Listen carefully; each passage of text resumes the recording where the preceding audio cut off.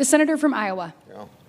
Having a job gives individuals purpose and dignity. We should promote policies lifting people out of poverty. In the 1990s, we passed welfare reform with a Republican Congress and a Democrat president. The results: welfare rolls went down, poverty rates decreased, employment and earnings increased. Establishing work requirements in Medicaid for able-bodied adults with reasonable exemptions, then from the previous precedent of welfare reform, that all makes common sense yet today. States like Iowa are already leading the way in establishing work requirements for able-bodied adults in Medicaid. Iowa's Governor Reynolds has said, quote, "If you're an able-bodied adult who can work, you should work." We're doing the same thing at the national level. Work requirements under the One Big Beautiful Bill only applies to able-bodied adults between the ages of 19 and 64. Individuals will have to complete a minimum of 80 hours of work a month, or about 20 hours a week, of qualifying community engagement activities like working, job training, going to school, volunteering, or a combination of all these. We have reasonable exemptions for veterans with disability rated as total, individuals who are medically frail or otherwise have special medical needs, individuals who are blind, have substance abuse disorder, a disabling mental disorder, physical or intellectual disability that significantly impairs their ability to perform one or more activities of daily living, or serious complex medical conditions.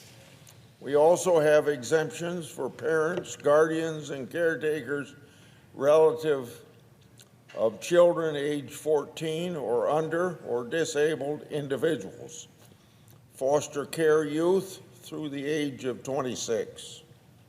We give good cause exemptions for short-term hardships like hospitalizations or for an individual receiving psychiatric care. Individuals impacted by a natural disaster, living in high unemployment areas, or having to travel outside their community for an extended period of time to receive medical service would also be exempted.